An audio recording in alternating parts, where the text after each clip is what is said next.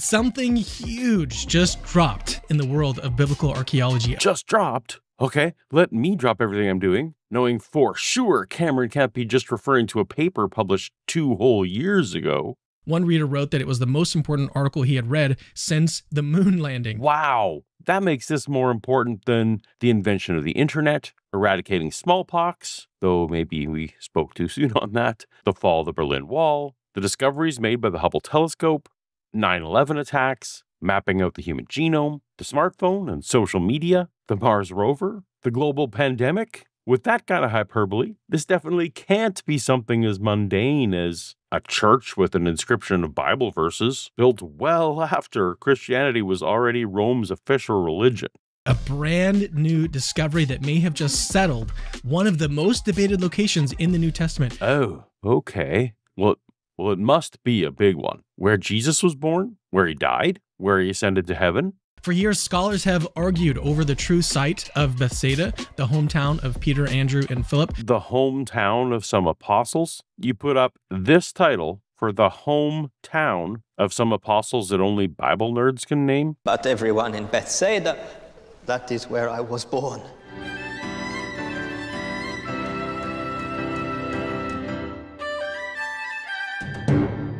Welcome to Paulogia, where a former Christian takes a look at the claims of Christians. Now, if I made a video every time an apologist exaggerated the truth or got hyperbolic in how important something is, I'd never sleep, and I barely sleep as it is. But this presentation of day-old donuts from Cameron at Capturing Catholicism had me nodding my head because it directly supports my minimal witnesses hypothesis. Yes, the very hypothesis that Cameron himself thinks he destroyed. The title of the video is Demolishing Paulogia's Natural Explanation of Christianity. And that term actually I think is pretty accurate. Like it's going to be demolished. Back when he was still Protestant friendly.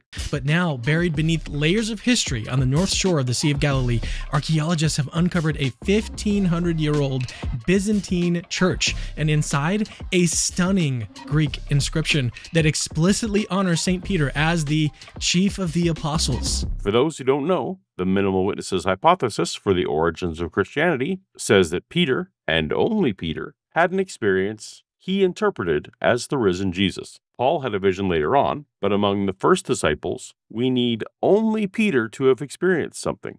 So what exactly was found? What does it mean for the historicity of the Gospels? And does this inscription give us yet another reason to think that Catholic claims about Peter might just be right? Any evidence for what Catholics call the primacy of Peter, that his role was elevated and special among all early believers, is going to feed directly to minimal witnesses as well. Stick around, this one is going to be super good. All right, first let's dive into an article by a guy named Danny Herman, where he lays out the full backstory of this find. Keep in mind that this is the story of an archaeological find made back in 2021, with full findings published in 2023. I don't know what makes this hot off the presses for Cameron, but I'll admit I also had not heard of this until now. All right, the title of the article is New Inscription Confirms Bethsaida at El Araj Site. Cameron spent a full 6 minutes of his 17-minute video just reading someone's blog post. We don't have that kind of time. Let me explain. No, there is too much. Let me sum up. The New Testament Gospels mention a town called Bethsaida, and the exact location of this town is not clear at all. Around 1880, some scholars suggested Bethsaida might be a site at Tel, situated approximately 2 kilometers inland from the current shoreline of the Sea of Galilee. It has been extensively excavated, revealing impressive Iron Age structures, but it lacks Roman-era remains and sits questionably far from the Sea of Galilee for a town whose name means House of Fishermen. More recent excavations at a different site called El Araj, located on the northeastern shore, have uncovered Roman period occupation. A Byzantine church, for those not up on the detailed history of Roman capital cities, for the purposes of this video, Byzantine basically means 4th century, when Rome was busy cementing Christianity as a state religion, and artifacts that align with historical pilgrim accounts. Basically, evidence that ancient Christian tourists once thought the town was important. No one seems to be talking about the third option, that neither are Bethsaida. Oh well. All right, let's turn now to the inscription about Peter. As if all of this wasn't enough, which it is, in the 5th century of excavations at El Araj, the expeditions uncovered 3 Greek inscriptions in the mosaic floor of the church. One, which was preserved in its entirety, is particularly important. It's set in 11 lines within a circular frame, 1.2 inches in diameter. The inscription blesses Constantine, servant of Christ, for establishing the church's diaconon, I can't say that one, and mentions prayers for him and his sons, Georgios and Theophanes. The crucial part, though, is the reference to the church as built for, quote, the chief of the apostles, and, quote, the keeper of the keys to heaven. This expression uses the same words with which Jesus appointed Peter as the keeper of the keys to the kingdom of heaven in Matthew 16:19. This is actively misleading. It took the article more words to mangle the inscription than if they'd just have quoted the inscription. Straight from the 2023 paper from the original excavation team, here's the full translation. The whole work of paving the diaconicon with mosaic was done by the zeal of Constantine, servant of Christ, chief of the apostles and holder of the keys of the heavenly spheres. Intercede for him and his children, George and Theophano. Does this say that the church was built for Peter? No, it doesn't even say Peter's name. Does it say that the church was built for whoever the chief of the apostles is? Also no. It thanks someone named Constantine for doing the paving. Presumably this isn't Emperor Constantine, since he didn't have kids named George and Theophano, and isn't known to be a paver. This here is Bessie, finest road paving machine ever built. And then the inscription asks the unnamed chief of the apostles to intercede for this Constantine. This is a big thank you plaque for the paver. It's like it was paved by angels. Oh. It's not a dedication to Peter, not even close. The lengths the blog writer had to go to be misleading is impressive. It's likely that there was another inscription dedicated to Andrew, since according to Wildebald, the church was dedicated to both of them. So at the site, they found one intact inscription and one partial inscription. What Cameron and this blog author want to slip into your mind canon is that you should assume that words that don't exist reference the disciple Andrew for some reason. The words could have been anything at all. The first one was a thank you to the paver and his sons. Byzantine church inscriptions are known to list dates and local events, honor emperors, bishops, and wealthy patrons, quote Bible passages, invoke prayers or blessings, and acknowledge deceased members. For all we know, it could say, bless this mess, or live, laugh, love. Why think the missing words are an inscription to Andrew? Well, we have a travelogue of a Bavarian bishop named Willibald from 725 AD. He was a pilgrim, which is another name for Christian tourist. Here's the relevant quote. And thence they proceeded to Bethsaida, whence came Peter and Andrew. There is now a church where their house was formerly. The quote says nothing about the church being dedicated to both brothers in some way. You have to presuppose and beg the question that the site you're excavating is Bethsaida in order to connect this vague sentence to your find. A conclusion at least half the field thinks is entirely unwarranted. Then you'd have to stretch the facts of the full inscription you did find, as it doesn't dedicate the church to Peter at all. It asks someone presumed to be Peter to pray for the guy who paved the church and his sons. It doesn't affect me one way or the other if we did have the full inscription and it said the name Andrew. What I want to point out here is the unspoken gymnastics that lets Cameron casually say there was likely an inscription to Andrew when you'd have to jump through several layers of unwarranted speculation to get there. This is how the notion that any of the 12 beyond Peter were out in the world preaching about Jesus gets cemented and propagated. It's not facts. It's not solid inference. It's just running with unwarranted assumption, built on unwarranted assumption, built on more unwarranted assumption. But a receptive mind just hears, likely an inscription to Andrew, and nods along with confirmation bias. Listen, kid. You already believe in... You should just keep following that illogic. You're already on board with the supernatural.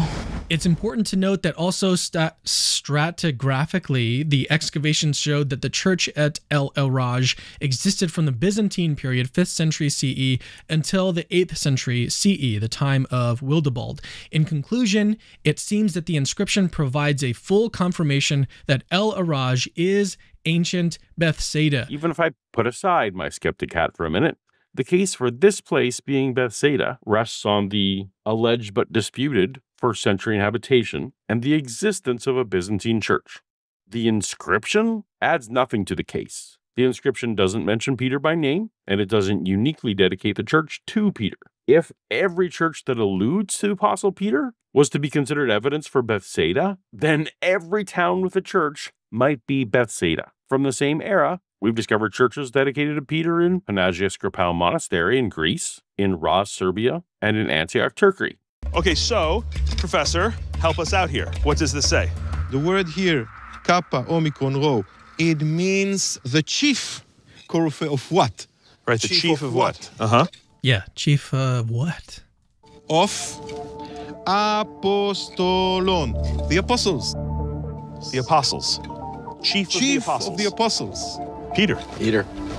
Peter Say is Peter. Nobody else. He is the chief of the apostles. Okay. Okay, so clearly the inscription says that Peter is the chief of the apostles. I'm going to be pedantic for a minute and point out that this inscription does not clearly say that Peter is chief of the apostles, because it doesn't have the name Peter or Cephas anywhere here. It's calling upon whomever the chief of the apostles is. For all we know, the builders of this church thought that Bob was chief of the apostles. It's reasonable to agree that this inscription is referencing Peter when it says chief of the apostles, but it's entirely unreasonable to use this inscription as evidence that Peter is chief of the apostles. Cameron is displaying disturbingly poor epistemology here. The Bible records Bethsaida as the hometown of Peter, Andrew, and Philip, again in John 1:44. And what do we find here? A Byzantine-era church dedicated specifically to Peter, built centuries before modern scholars debated Bethsaida's location. Again, the church is not dedicated to Peter. Peter's name isn't there. The church isn't even dedicated to the chief of the apostles. The inscription asks the chief of the apostles to intercede for Constantine and his children. If anything, the church is dedicated to Constantine the Paver. It's like it was paved by angels. Oh. This is so sloppy. And importantly, this matches exactly what we see across the Holy Land. If you've ever been there, early churches are built on sites that they believe to be tied to Jesus and the apostles. And in this case, their confidence was so strong that by the 5th or 6th century, they constructed an entire basilica on this spot. And by the 8th century, a bishop traveling through the area confirmed its presence. The 4th and 5th century mapping of Christian holy sites coincided with Christianity's dramatic shift from marginalized faith to imperial religion. After Constantine's conversion, the emperor, not the paver, and the 313 AD Edict of Milan, his mother Helena embarked on a pivotal pilgrimage, supposedly uncovering Jesus' tomb and the true cross, which sparked an ambitious program of church building throughout the empire. Yet, these identifications rested on shaky historical grounds. Oral traditions somehow preserved through Jerusalem's destruction in 70 AD and the complete rebuilding in 135 AD conveniently timed divine visions and the deliberate reclaiming of pagan worship sites. Yes, archaeologists have confirmed substantial Constantine-era construction, but they found precious little evidence connecting these locations to the actual time of Jesus, something Cameron doesn't seem to care about at all. Constantine strategically used monumental churches as propaganda tools to unite his politically fractured empire under the new Christian identity. Pilgrimage, that Christian tourism I was talking about, quickly evolved into a lucrative industry, with entrepreneurial vendors hawking relics at these newly consecrated shrines as early as 333 AD. Meanwhile, ambitious church officials like Cyril of Jerusalem promoted holy spaces to strengthen their position against ecclesiastical rivals, recognizing that controlling sacred geography translated directly into institutional power and doctrinal authority. If you wanted to be in good graces with the emperor, you needed to connect your community to a disciple. That's when we have an explosion of stories of the 12 allegedly out teaching. The 2nd and 3rd centuries were largely silent. The credulity Cameron gives to unquestionably accept every morsel of Catholic tradition is baffling to me. Chief of the apostles doesn't seem like just the first among equals. The Greek word koryphē, when applied to a person, means head, leader, or chief. It's not just saying that Peter was important, it's saying that he was the leader of the apostles. What does that mean? This directly challenges the non-Catholic claim that Peter was merely first among equals. The Byzantine Christians who built this church weren't saying Peter was just another leader among the 12. They were saying that he was above them in rank and leadership. He was the chief of the apostles. This perfectly aligns with my minimal witnesses hypothesis. The very fact that Byzantine Christians felt the need to emphasize Peter's unique authority as chief of the apostles supports the historical primacy of Peter among the early followers. My minimal witnesses hypothesis proposes that Peter, and only Peter among Jesus' disciples, had an experience he interpreted as encountering the risen Christ. The archaeological evidence that Christians specifically venerated Peter's role above the other apostles isn't surprising. It's exactly what you'd expect if Peter was indeed the sole initial witness to what he believed was the resurrection. When Catholic apologists like Cameron point to Peter's special status as evidence for Catholic ecclesiology, they're inadvertently supporting a naturalistic explanation for Christianity's origins. The focus on Peter's singular authority makes